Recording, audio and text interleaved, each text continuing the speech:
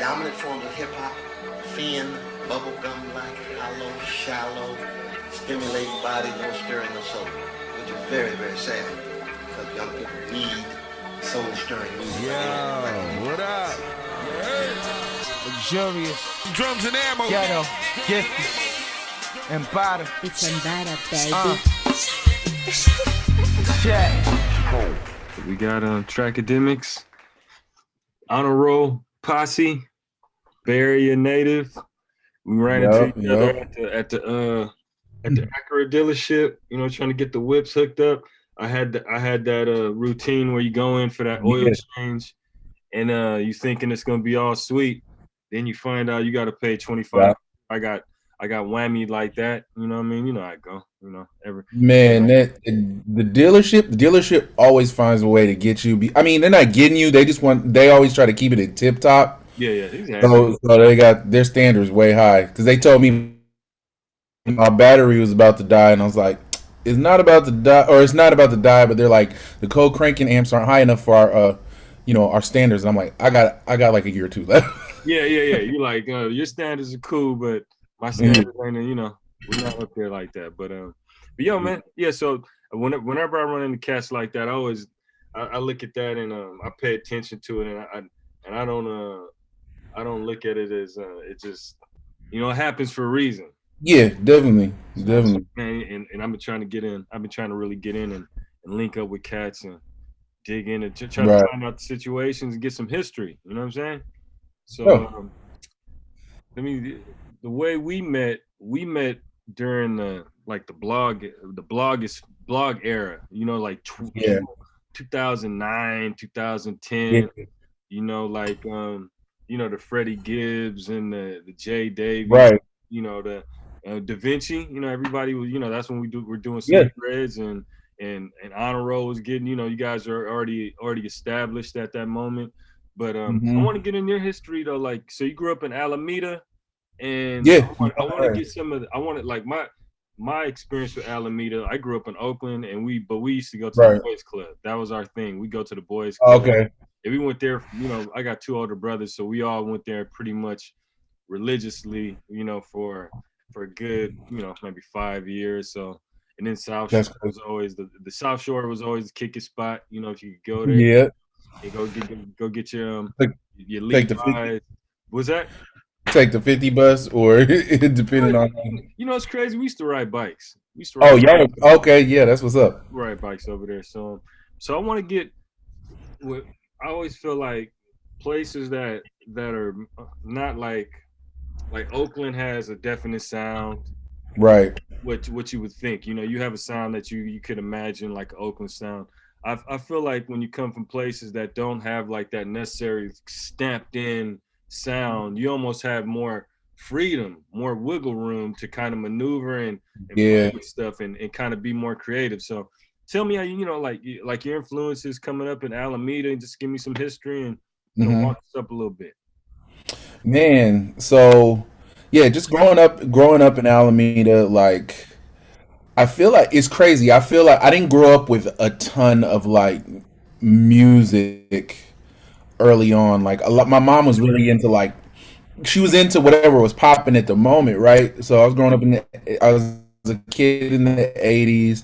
So the first stuff that I was hearing was late 70s jazz, like Bob James and like Grover Washington Jr. And stuff like that. And then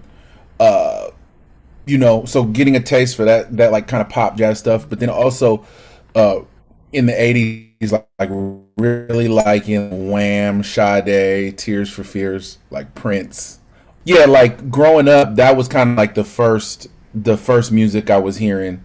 Whatever was going on in the 80s. So a lot of Sade, a lot of Anita Baker, Tears for Fears, Wham, you know what I'm saying? Like real 80s pop music. And then I guess, so having that as my start, I didn't really start seeking music out myself till I was probably around 12 or so. And so at that point, rap was in full swing, so I missed a lot of like the early rap music. And my entrance into culture, the music culture was in MTV Jams, so like when I remember the first record I wanted to buy on the rap side was the Chronic, and my mom was like, "You're not buying the Chronic. You're like, you're not getting this. Like, I don't understand it. I don't like it." I remember I pulled her to my room and I showed her the Dre Day video, and she was like, you know. Yeah. Of course, so I'm just like, I like this.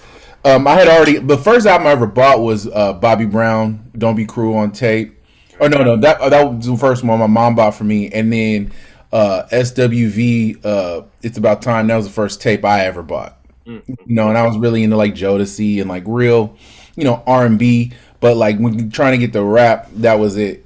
And then I'm early, and so yeah, musically those are like kind of the things. And then West Coast rap was really my favorite kind of rap music. Just like if I wanted to buy the Chronic, then I started getting Ice Cube, and then I watched CMC every day after school, and so like I'd get the JT the Bigger Figures and San Quinn. Ooh, hold up. And then I get Three Times Crazy. Bay Area rap music is my favorite music. It's what I listened to in middle school and high school. The Loonies and all that. Too Short, E40. And yeah, I met my homie Mike Baker, who's part of the honor roll going into freshman year of high school. He was the complete opposite. He had been listening to like Yo MTV Raps, watching every episode and all that. And so I remember when we first started talking, we like rap. It's Alameda. It's not too many people on the wave. You know what I mean? So it's like we kind of bonded over being black. Like I'm half black and Filipino. He's black, and growing up where I grew up, it wasn't too many of us, you know what I mean? My black side of my family is from Virginia, and so my Filipino side was the side that was out here. So I was like, I know I look darker. It's like, colorism in the States is like I look a little different than everybody. So I was kind of looking for that connection, and I met Mike, and we just started talking about music, and I was so West Coast, so Bay Area, mobbed out. Just musically, I was a nerd, really, but just that's what I like. But he was really on the super, Native Tongues, Wu-Tang at the time. I remember. And yeah, I got you. Yep, that's really his shit. And I remember the first time I went to the house, he was playing me "Glaciers of Ice" by Raekwon, and I was sitting there like, what? Yeah, like it is like. But I didn't understand it. I fully understand why I didn't understand it then. Now it's just like it's culture. It's the culture. There was no bass lines. There was no funk involved. It was just different. But he kind of opened my door to that. Gave me Illmatic. Gave me all that stuff. So kind of put it together. And in high school, I really started understanding like, oh, this is really dope. And then kind of bridging those gaps was like Hyro. I love Souls of Mischief. Like I came in around their second album, of course went back. You can't miss the first album. So No Man's Land, I used to slap that religiously, and then I was in the Hobo and Who Riders, and it kind of that intersection, like the hip hop Bay Area feel. Mac Mall was my favorite. So yeah, it's like all that stuff was like the foundation. Then I started getting to like drum and bass sounds, and like I remember the Roots at the end when they did the You Got Me, and like in the For Hero and like Estero and like all this stuff in the late 90s, like at the end of high school. So it's kind of all over the place, but those are the sounds that develop like my palette and the things that I like. What's crazy about that? Did you hear the story about the end of Got Me, or when they do the drum and bass? I just breakdown.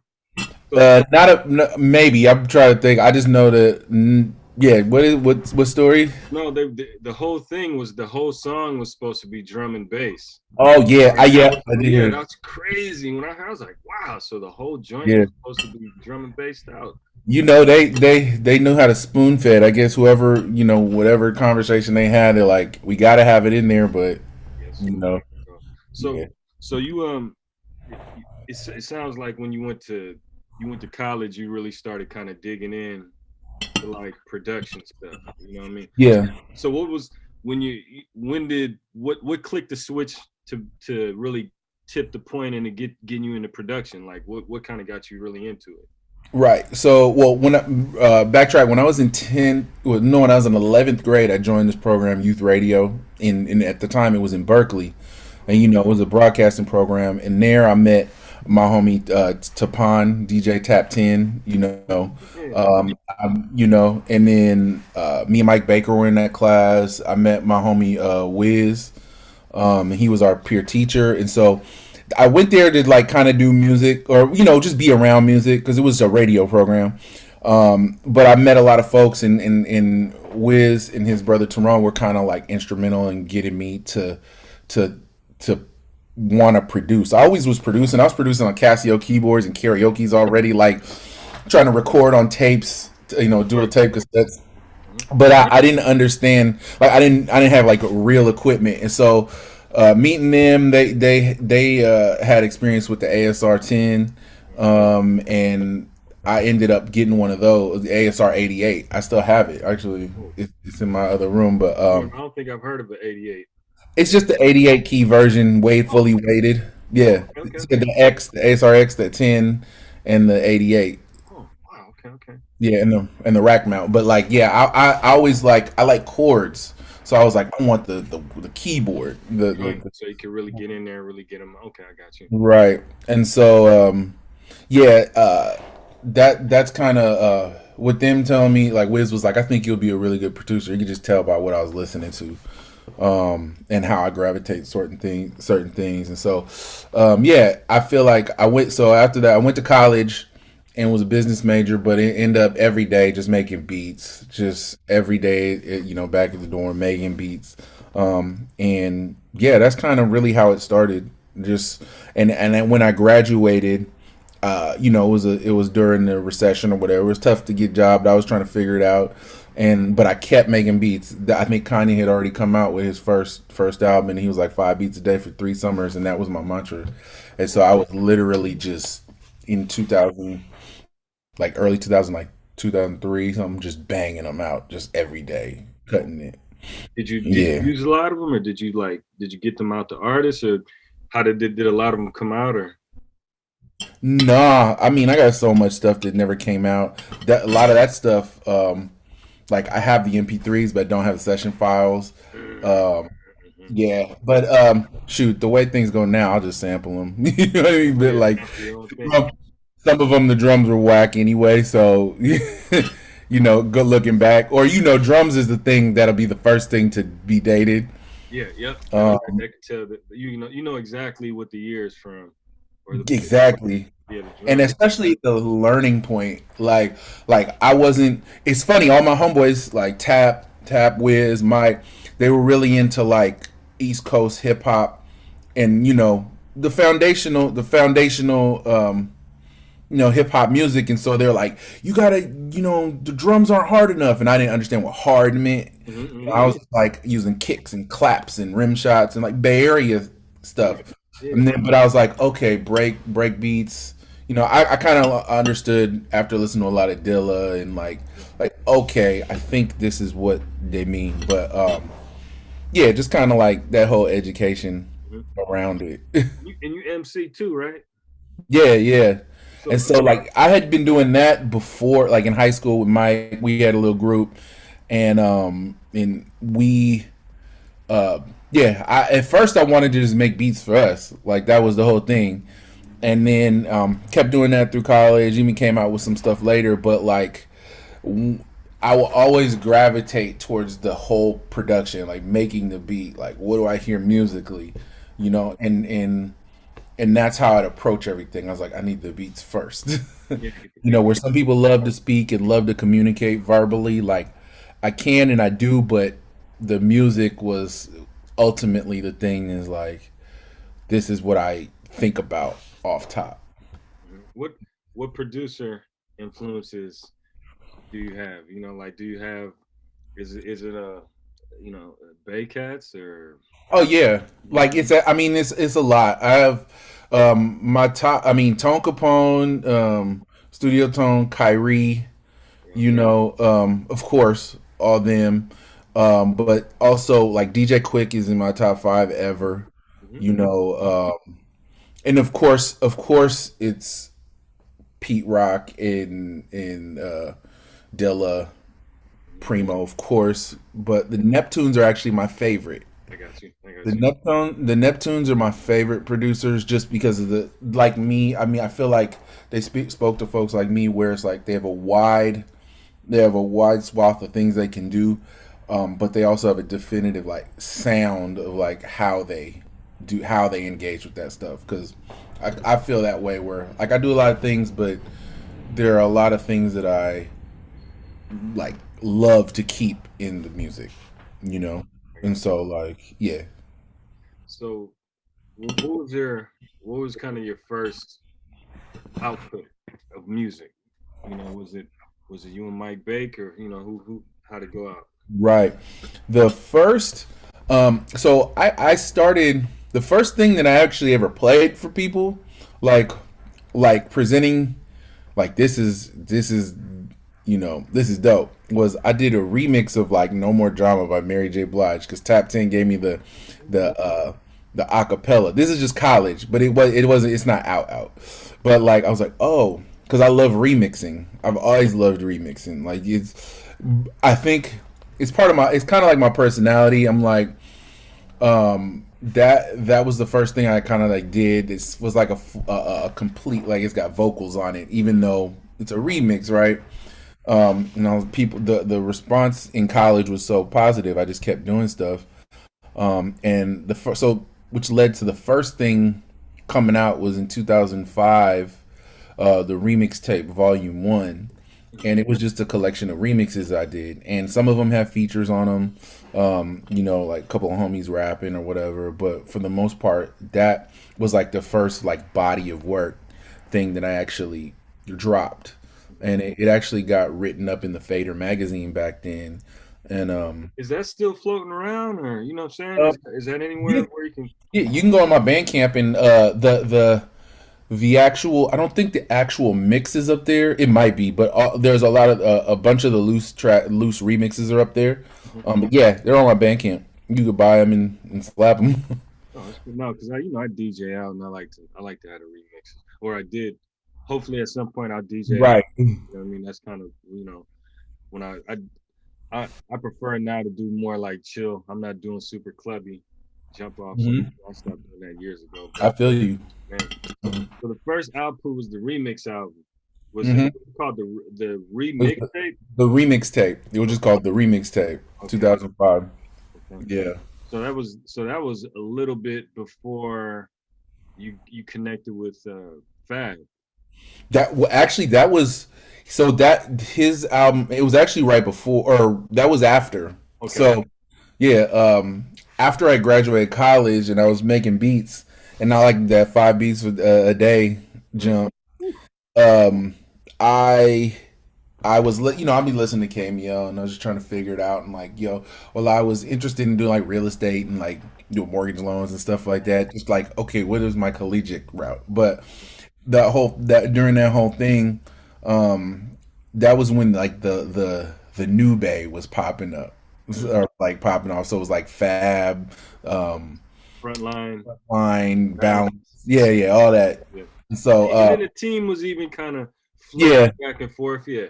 right. It's always lumped in to make it seem bigger or whatever. But they's always doing their own thing a little bit. But everybody, it's the scene, so everybody know each other at that point. But there was a on KML, I was listening. They had there's like a new bass showcase, and it was at Blake's on Telegraph. Oh yeah. So I pull up with like burned CDs. I was like, let me just try. That was the first time I ever like tried to get off beats. Oh yeah. And Yeah. so I went to that showcase. I gave one to Jay Dandridge. I Mhm. gave one a Balance. I gave one, who else?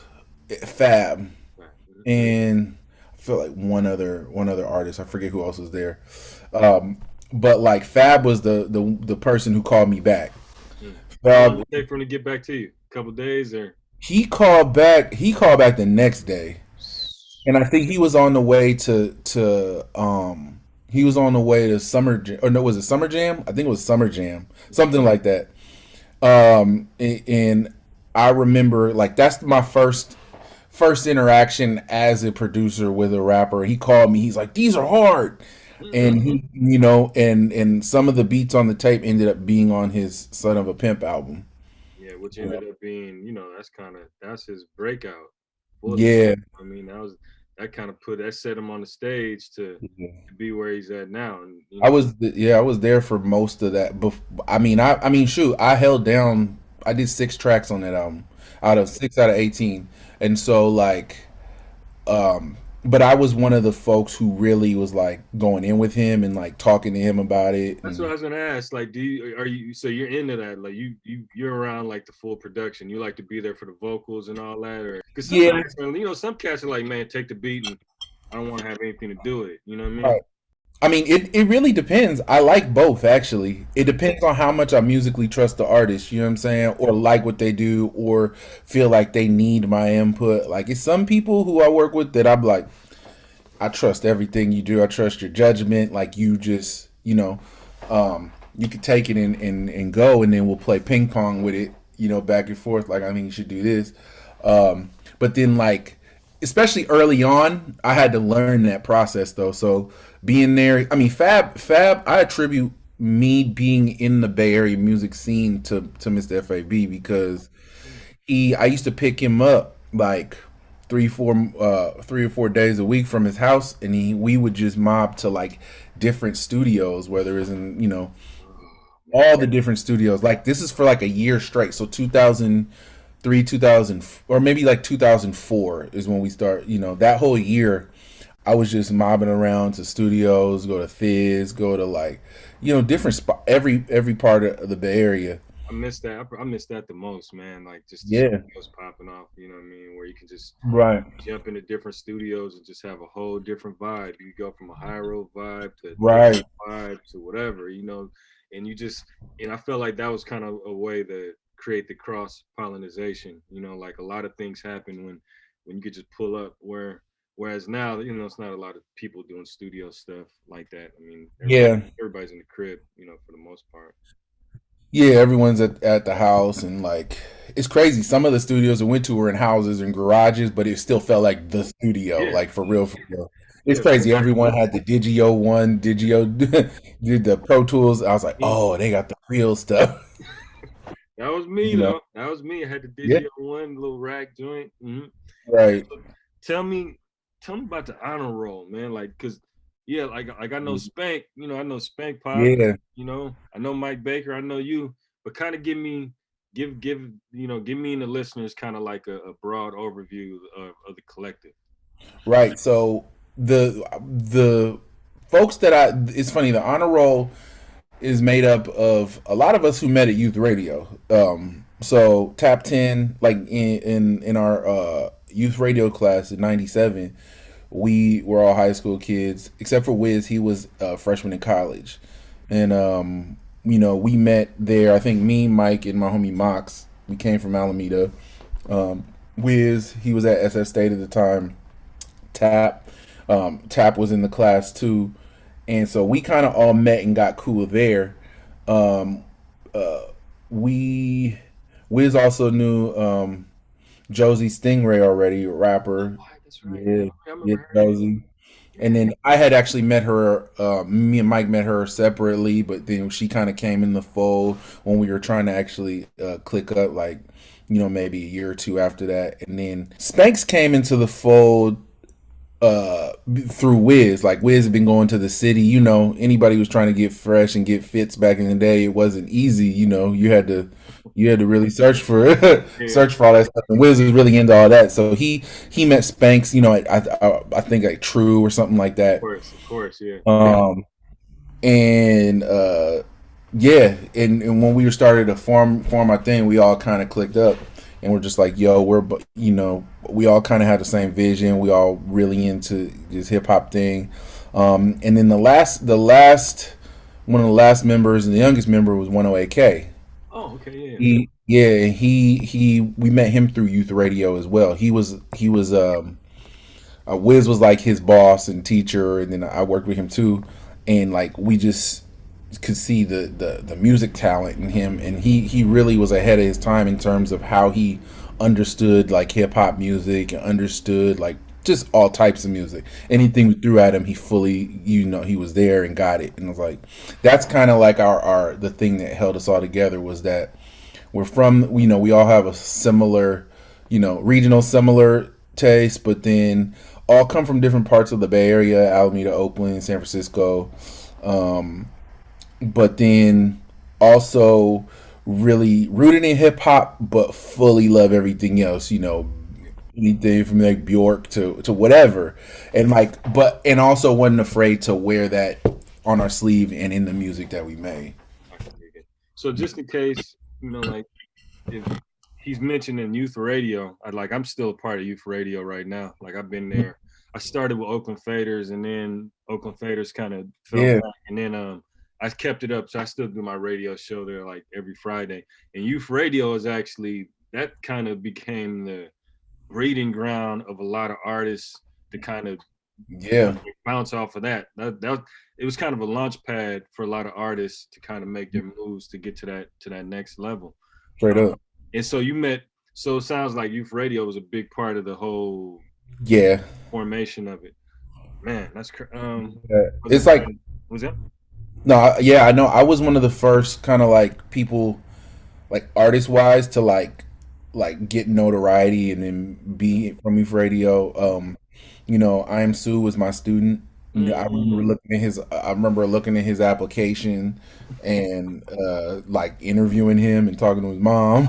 Yeah, all that stuff. Like, yeah, a lot of folks have ended up coming out of there. So you went from, I didn't know it started in Berkeley. So it started in Berkeley, and then it moved to Broadway. Yeah, in in 07 it moved to Oakland, and it was on University at first. Like it was a few blocks from KPFA, because that was the radio portion. It was like we were like this little satellite office, and then we go up to KPFA. And I think the original youth radio in like the early 90s was actually in the KPFA building. And then they got their own space because it was a nonprofit that was growing. And then we were outgrowing our space, and then to even be closer to like the Oakland community, and we ended up moving to downtown and still there. So yeah, and all day play like the radio portion, since we weren't at KPFA anymore and web radio was starting to take off, they started all day play. And that's like the new portion where it's like they got the studios and all the DJs. It's super dope. I used to run, before I did, Wiz used to run the training program, and then I took over after he left and ran the training. So I've trained 300 to 500 kids in the Bay Area. That's why I knew a lot of the folks coming up, and just connected. So you had a grip on, you had the army. Touched on all of the new freshness. Yeah, and it still works that way. I still got homies who were there from then, and they're just like, "Hey, you got to hear these new kids," and I'm like, "Hey, this is insane." It still works the same way. So I want to, like, who in your career, who was one of the first people to kind of bet on you? Who was one of the first people to say, "Man, I believe in what you're doing. Let me try to push," like who was one of the first folks to kind of, give you that, put the battery in your back? Yeah, I mean, really, it was the first person was my homie Wiz, who's still co-founder of the crew. He had been around. I think he was fooling with the Oakland Fair, Spare and all of them, just coming up doing graffiti and all that, but just like really being tapped in. He's the first person that contextualized like, oh, you have a good ear. Oh, you like these things. You should definitely do this. Like, sometimes it just takes somebody to say it. You know what I mean? And so that's the first part. You notice those kind of like the X factor things. That's kind of like, oh, dude, like I could see you got a different. You see it. Oh, that's crazy. Yeah. So that's the first person. But then after that, it was definitely Mistah F.A.B. Fab, just like, being as charismatic as he is, and is always been a politician, always just trying to put stuff together. He was like, this is the dude. He always was like, this gonna be the next dude, right? And so he helped put me down with the Bay Area, like the Bay Area rap scene, like. And the thing that was great about him was he touched all points of the Bay. He's down with this. He can go to the city. He could go everywhere. Whereas even then, a lot of folks was still like, you had San Francisco, you have Vallejo, you have Oakland, and folks would talk, but he was really like a diplomat when it came to that. So he was one of the first folks, and the crazy thing is he was still on his way up, but he was the person who was able to get me in rooms, and like he put me on the phone with Mac Dre before Mac Dre passed, because Mac Dre was going to use the song on Fab's album, If It Was a Fifth, on the Son of a Pimp album. That beat was originally going to go to Mac Dre, and I spoke to Mac Dre on the phone, and Dre was like, hey, Fabby's playing me all your stuff. And he's like, he was like, yeah, man, you got it. And then he's like, I'm gonna get that beat. And then, it never was able to happen. But to the Mac, man, rest in peace to the Mac. Yeah. And so I'd say that was the first person. It's happened in different ways though. And then I have to say, Nick Catchdubs. He was a writer at the Fader at the time. He's a Fool's Gold, isn't he? With Fool's Gold? Yep. Okay. Yeah, he's the founder of Fool's. He's one of the co-founders of Fool's Gold. But I met him in 05 at the same time in Miami when I went to Winter Music Conference. Me and Mike Baker was just trying to function and see what could we do with this music. So we flew across the country to go Winter Music concert or conference. I burnt up a bunch of CDs, and I met him at an MIA in store that Diplo MIA was DJing, and I met Catchdubs.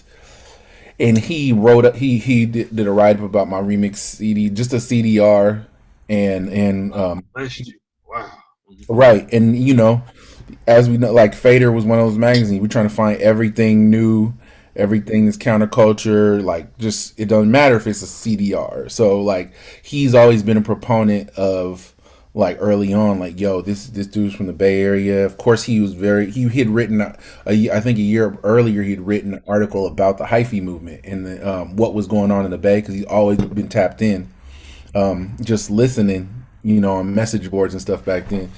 And so he always was one of the dudes that kind of like, yo, this dude's someone. And when they finally decided to form Fool's Gold, I was in that original roster of artists. Yeah, see, damn, you just got to one of my questions. Oh, dope. That was gonna be, that was because I remember when I heard about it, that was like, that was one of those moments where you're like, oh damn, all right, Trackademicks, because it was just, that moment, it was like that. It seemed like, even like getting on a Fader and Pitchfork and all that, like that was such a big deal. Then right. Fool's Gold kind of, to me, kind of epitomized kind of like that moment where it was like, yo, like, that was kind of the moment where, you thought like, Fool's Gold was one of those. I mean, really go. They brought it. It's insane. Like, people, it's ancient history to now, but they built a lot of the foundation of how the game ran and like the sound that it went. Like, if it's crazy because I started in the Bay doing all this stuff, and all these things are running concurrently.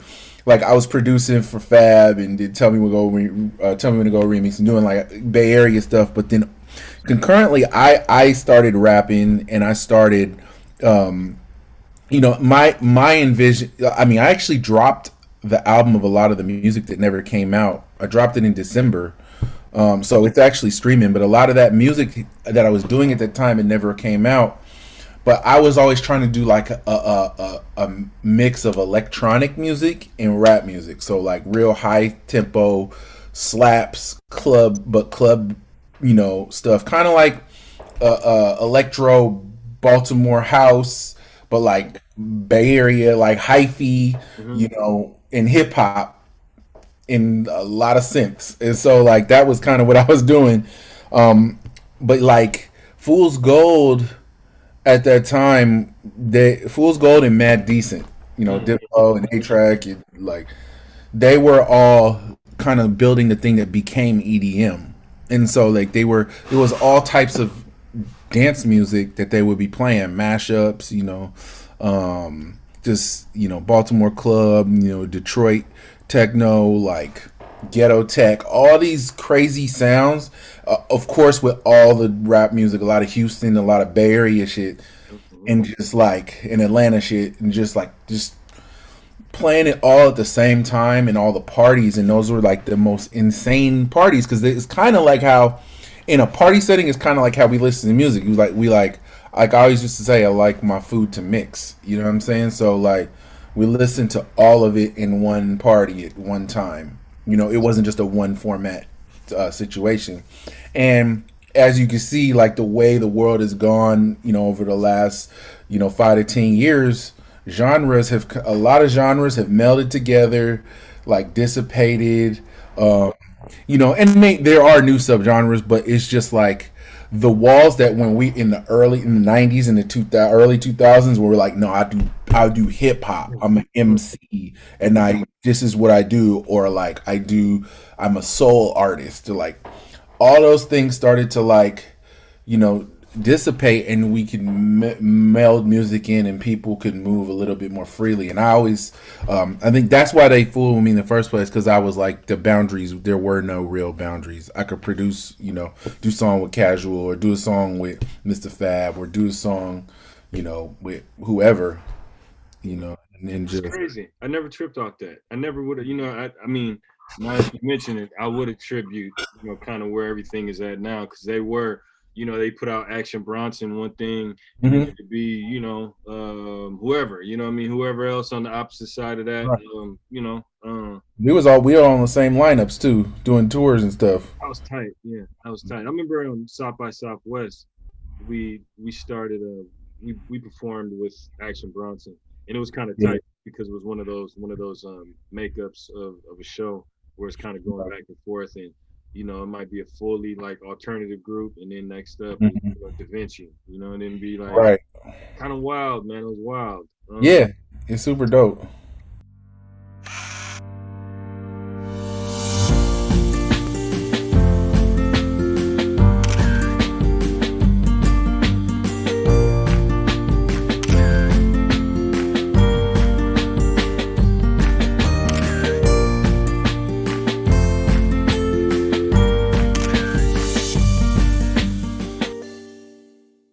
So let's talk, you brought up the remix, the Tell Me When to Go remix. So first off, like I feel like I'm one of those, I'm not, I consider myself a historian, lightweight, like everybody has their own perspective on everything, but I don't think I've seen a remix where somebody took a cappella and did a completely different, and for it to get that type of attention was right. And the way it stood out was like people were really excited about. I mean, I'm sure that happens. I think it happens. Maybe in New York and LA where you got remixes, but in the Bay, you taking a acapella and then doing a completely not a derivative at all of the original. Not a feature verse or something like that. It's like a. And everyone was excited from the radio. You could turn the radio on. They still play it in LA. They still play it sometimes in mix shows. It's crazy. So how did that, when you put something out like that, how does that work with like publishing? Like, how does that work with, it doesn't. It doesn't. You know that for the love. Did it boost your profile? Like, yeah, for sure. Yeah. It's one of those things where it's like you don't get so you I was a fan of like remixes and like that Tap 10 and Wiz, like, and the crew of everybody. We used to, all my money and all of our money collectively would go to buying music, right? So Tap still got all the vinyl he ever bought from the 90s to now, and like I would have had it, but my studio burned down in '06 and I lost a lot of stuff. But like, well, I'll talk about that later. But like, all our money went to buying music. And, we would try to get maxi singles with the remixes, with the instrumentals, the acapellas, and remixes you know, a lot, especially in the '90s. There's so many dope remixes where, yeah, in New York you'd have a Large Professor remix or something where the beat was completely different. That's all it was. That's literally all it was. But it's a cult. It's just different here. We didn't really music function differently. We had a lot of compilations. It's like almost like a hustler mentality with the Bay Area music, where it's just new songs. We don't really waste time doing the song over. And so I'm taking that mentality. Like all of our songs are important. Like we have dope music in wanting to curate certain things. And the reason I even did to Tell Me When to Go is I bought the acapella on vinyl. I bought the 12 inch to Tell Me When to Go the day it came out, because at that point, like, it was already, everyone was waiting for that one song to, like, you know, blow the hyphy movement open. I remember it was like a pressure cooker at that point, like Bay Area, and we didn't know exactly what was going on, but we knew it was about to pop. And I got that acapella, went up to Amoeba, and was record shopping like I did like 3-4 times a week, and found the sample for it, and was at the studio just making beats with the records I just bought. And I made the beat, and then I was like, this is, you know, it's slapping. I ended up just putting the acapella on to see if it would work. And you know, if there's, it's probably only, I can count on one hand the times where I've been like gold. And so, and back then in my studio, I was making beats on car subs. I had these tins hooked up to my receiver, and so it was already like pounding how it was supposed to. And I was like, this is insane. Next day, I took that remix to youth radio, burned CDs, and passed it out to the kids. I was like, yo, I just made a remix to Tell Me When to Go. Passed it out to kids. They went stupid. I put it on my MySpace. It went stupid. It started from the streets. So and that's the cheat code with youth radio at that time, because it was like youth radio had kids from Richmond, had kids from Oakland, Berkeley, and everywhere that wherever Bart was, there were kids coming from youth radio. I gave them all CDs. They played it at school. Like Sue, I Am Sue, and HBK would be sending me videos or of you know, pep rallies they were having at Pinole Valley High, and like they put the remix on, it would just go stupid. And I'm like, it's just, you know, kids will be kids, and if it's cool, they don't care where it comes from. They don't care if it's unofficial, as long as they can listen to it. And so this is before YouTube, but or YouTube was around but wasn't popping. It was just a new thing. But like that remix spread like wildfire, and Fab was actually able to get me on the phone with E40. And he was like, yeah, this is back when it dropped. He's like, yeah, man, this thing slap, you know. And we didn't have a long convo, and I didn't understand. I was still trying to figure out music business. Back then I would have been like, yo, what could we do? Yeah. You know, but I was just happy I was getting all the attention. And if I didn't say my drop in the beginning, it would have been a different story. But like I said, Trackademicks is my voice on there, and I'm at the time for it to drop. That one drop is probably the most important thing I ever did, because people, they at least know that name, and they associate to that remix, and it's given me so much leverage over to do different things, and to you know, just have name recognition, you know, in the biggest thing I ever did. But like monetize wise, like it you know, all the credit just went to the original Tell Me When to Go. You know, and actually it's crazy. Like I'm still trying to get it on streaming, but you know, it's a label thing. I still gotta, you know, figure that out. But yeah, so that, while it wasn't like money in the bank off top, it helped me do everything I needed to do from then on. That was a moment, man. That was Hmm. a lot of shit, dude. Especially for remixes. Like, people don't understand, like, the Bay that's not a thing. Yeah. That is not a thing. It wasn't a thing then. You did that, and it still didn't become a thing. It wasn't like people, Right. you know, like let's. And plus, it's even hard to like find acapellas, which is Yeah, crazy. especially I now. that the other day. You could find old acapellas, like, you know, stuff that came on in the '90s, but like For the most part, yeah, like it just wasn't important to people.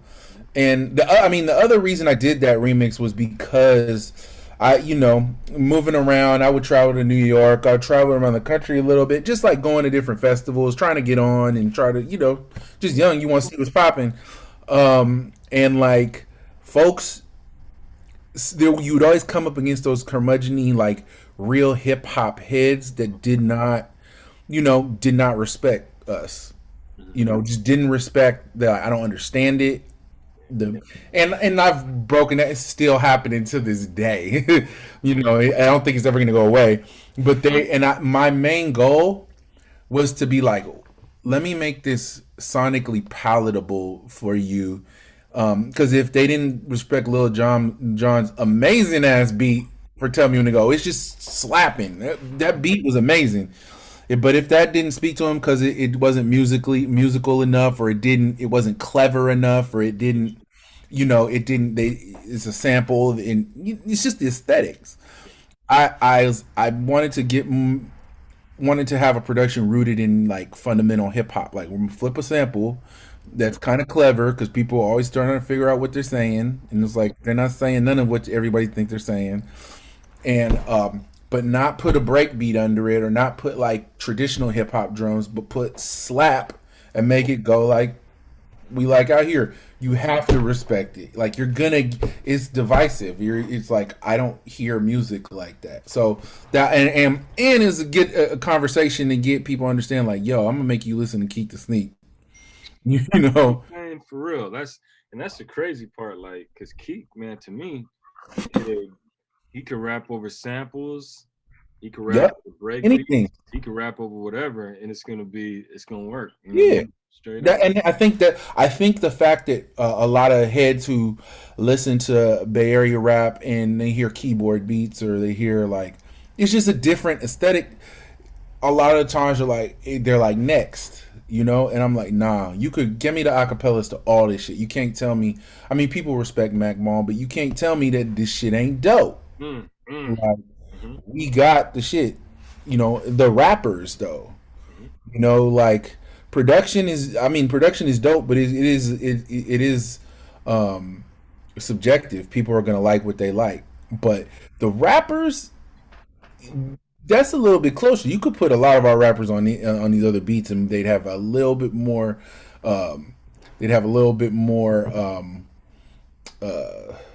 Credit with these with folks who are just like fully writing them off because they ain't choosing the beats that they like. That was the whole thing with when we're doing Sweetbreads and Da Vinci. That would be our tagline. Was like, oh, they're rapping, and then they have these beats that are like I was on a Zoom with Kevin Allen, and we were talking about that. Talking about, like, if you throw back then, if you throw a sample in your beat, oh my God, they sampled something in there from the Bay Area. I don't know they did that. That's crazy. And that's how I got on. That's how I got on. That's why Fab was like, hey, he would tell all the rappers, like, hey man, he got the samples. Like, but it because it's a craft, and I guess you can't just jump in and be like, I want to make beats, and then like, but where do I get samples? Like, how do I look? That's years of already learning about samples. But yeah, it becomes a thing for folks who don't understand.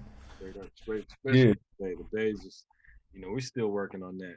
But right now everything is obviously we on the lockdown. How do you what's giving you that spark? Like, what makes you jump in there and craft something up?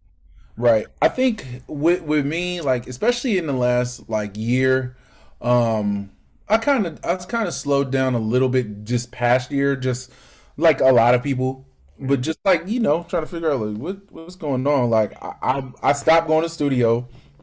I'm in LA right now. I go back and forth between Oakland and LA. I live in LA.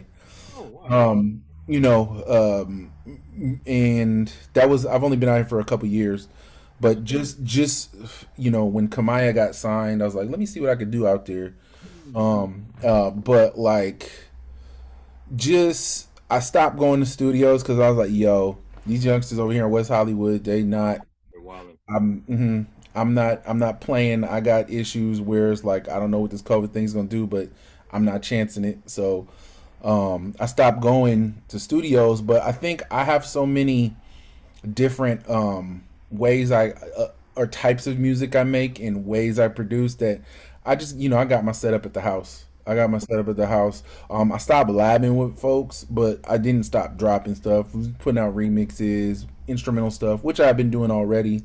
And then figuring out what's the next big play, like who am I trying to go on with and what am I trying to do? And I've, the last couple months it's kind of become clear. And so I'm like, yeah, now the things are about to start opening up. I got lists of folks that I'm trying to get in with and create some stuff with.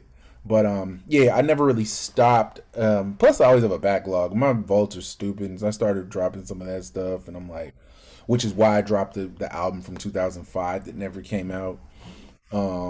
But yeah, like just trying to figure out like, what is it that you actually love, because music is so different now. You can do anything you want. Some people it's daunting. I think the music portion isn't daunting with me. It's more of like it's more about gaining traction, and like everything's a social media thing. And like not just social media, even record labels are irrelevant. Like it's about brands, and it's about like, you know, it could be a drink brand that backs a project. It doesn't really matter. It's the Wild West. And so like I'm not worried about that as much as I'm like, now, man, shoot, I can make any kind of music I want. Like, what's it gonna be? Mhm. So you mentioned Kamaya. Hmm. What's the last? So I know you did the stuff with Austin. Hmm. Yeah. Kind of brought your name back into my world Right. of oh man, because I'm an Austin fan. I told her Right. I'm a student. You know what I mean? Like I'm an art student. You know what I'm saying? Like That's what's up. I just I'm a big fan of her. So I just mentioned how I was hyped to hear you guys connect up. What Yeah. what's the like? You said you figured out kind of like the vibe of where you want to lead, Mhm. kind of head. Where is it hip hop, or what's the idea? What's the vibe? It's a mix of everything. I think more than anything, I'm like, people love I love the dance floor. People love the dance floor. There's no dance floors popping, but it's a vibe thing, and more than anything. And not, and when I say dance floor, I don't mean like peak time club music. Like I need a club hit. Nah, A like banger, nothing. yeah, club banger, yeah, yeah. Mhm. But I'm like, I love I love music. I love to dance. Like before I was actually on, you would catch me at Milk in the city or whatever on the stage, like going stupid, starting the party and ending the party and be drenched in sweat afterwards. Mhm, mhm. And that's actually why I started DJing. Like, maybe like 5 years ago, or it's been over 5 years now. But like, because I just like music, and my north star for music is if I can, if it got me wanting to move right, and so that's kind of the north star of this out. This next project I'm trying to do is just like collaborate with folks that I love, musically, and make it social, make it dance floor friendly, make it so not even so chill or dark or anything. Like, no, we trying to have fun, we trying to be sunny, we trying to like Yeah, be yeah. groovy. I make a lot of house music, and so bridging that house to that slap. Mhm. I've been trying to get in that for years, trying to figure out like the house music vibe. My Like I favorite. got a couple homies that DJ, and Hmm. yeah, I want to figure out like my intro, how I want to kind of step into, because I still want it to be like I want it to be like a hip hop Yeah. vibe. Oh man, I got some stuff for you. See, so that's what I've been trying to figure out for probably at least in the last 5 6 years, like how to really Yeah. get into it. So you said the lab burnt down though. Like, Oh yeah, a while back in 2006. The I actually have pictures on my IG from like this. I think I put them up in December or so. But like, yeah, my it was the area by so there's a where Nico's is, and that by Alameda coming into Oakland. yeah, straight up. I know Yeah. exactly. Come on. Um, my building was right behind that. It was like right on that, right there. So there was Strauss carpets. my studio building. I know exactly what you're talking about. And then there's like that little 7-Eleven or whatever in Yeah, that little space. Yeah, right in the right, middle in the cross section. exactly. So Strauss Carpets burned down, and then took my building right next door with it. And so I remember I had left the studio. It was a Sunday night. I left the studio at like 2 in the morning. No, was it 3 in the morning? I think it burnt down at 4 in the morning.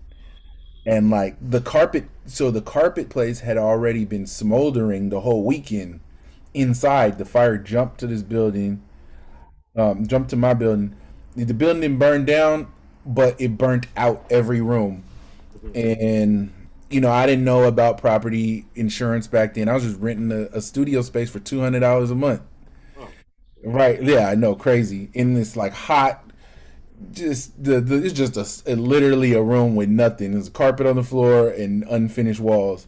But like, yeah, I had just bought a brand new 24-inch iMac. It had it in there. I had I had my ASL. I had lost all my keyboards. Lost all my vinyl. I think I had around 30 crates of vinyl. And then I was buying, stuff you couldn't, it was a heyday of trying to just go records. You it could was find bad. everything. Yeah, it was real. It was Yeah. real. Records. I'm Real. a Sade fan. This background is actually my college dorm room, and that Sade poster, like I was in there, that burned down. Like a lot of the stuff, everything. I did salvage a hard drive. And because I guess when the firemen came through, they knocked a piece of the wall down, and the wall knocked down onto my hard drive and covered it from the water that went in. So that was amazing. But I lost about 95% of the vinyl. I had some speakers I salvaged, and they were working for a while.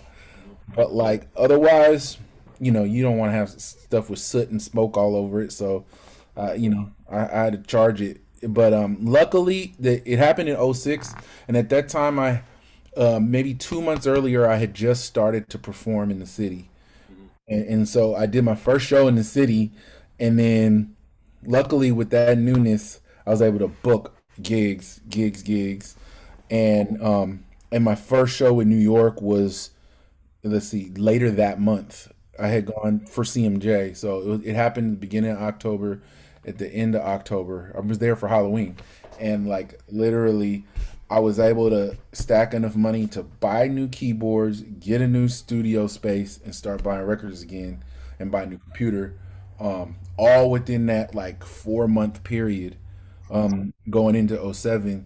And luckily I had just enough heat at the beginning of my career, like, getting articles done, getting had some magazine stuff happen, to where I could like jump up. Because if it had happened like 3 months earlier, I don't know if I'd be doing music anymore, or I'd be struggling a lot. I would have been struggling trying to rebuild everything I just lost.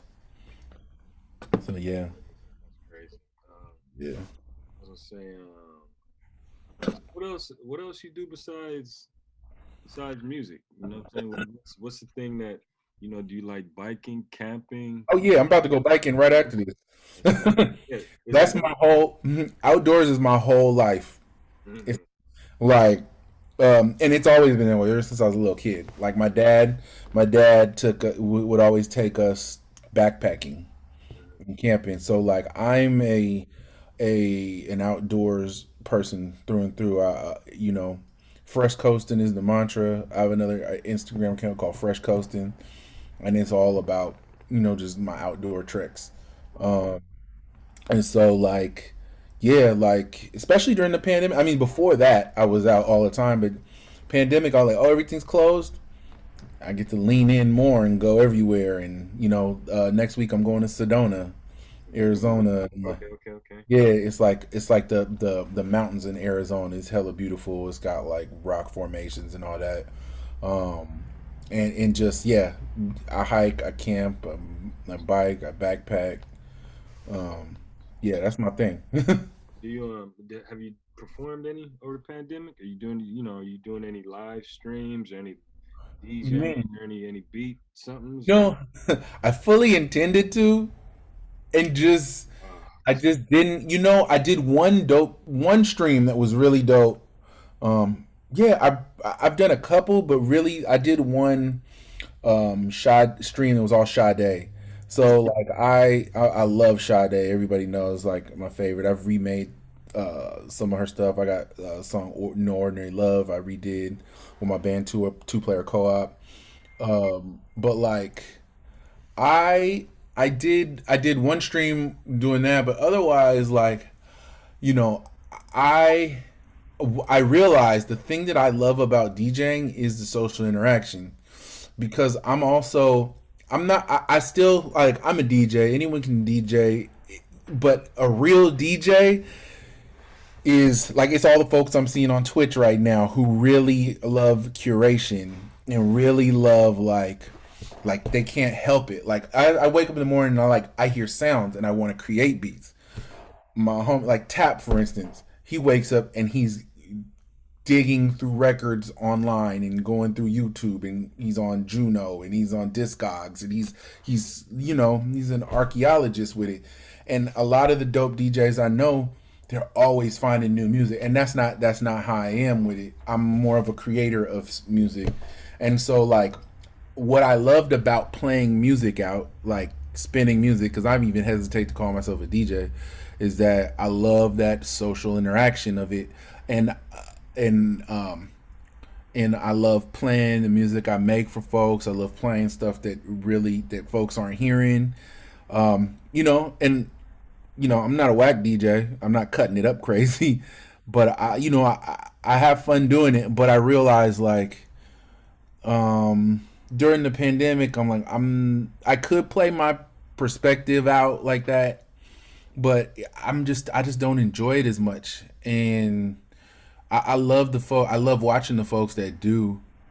And then as far as like production, I guess yeah, I've never really liked making beats on the spot for folks. I definitely do it all the time, but it's not my thing. You know what I'm saying? Because I like to craft the music. A lot of the times, it's a different muscle you're using when you're like in front of people. People want to see a flow and they want to see. They want to see the show. They want to see just like Yeah, see it happen. Yeah, it's like when I'm making a beat in front of someone, I start and they don't want you to press stop in the studio. I've done it hundreds of times in studios in LA where it's like, yo, okay, y'all just want me to clap out. You're trying to catch a vibe. You're trying to actually pull people in the process, and you're not good. It's like, oh, wait, hold on, I gotta reference this sample, see if anyone used it in this way, and like I'm gonna flip it a different way, because that's the kind of way that's how I've been making beats, for years. And like, yo, what could I do? But it's a lot of thinking, yeah. you know. So it's what I'm saying, I guess, is the live stream thing is more of a performance aspect, and I haven't really. That's not my favorite thing to do on the screen. I feel the same way. And I consider myself a DJ. Generally, Right. but I did it a couple times, and just like, ugh, I just couldn't. Hmm. Just Yeah. it just didn't grab me like that.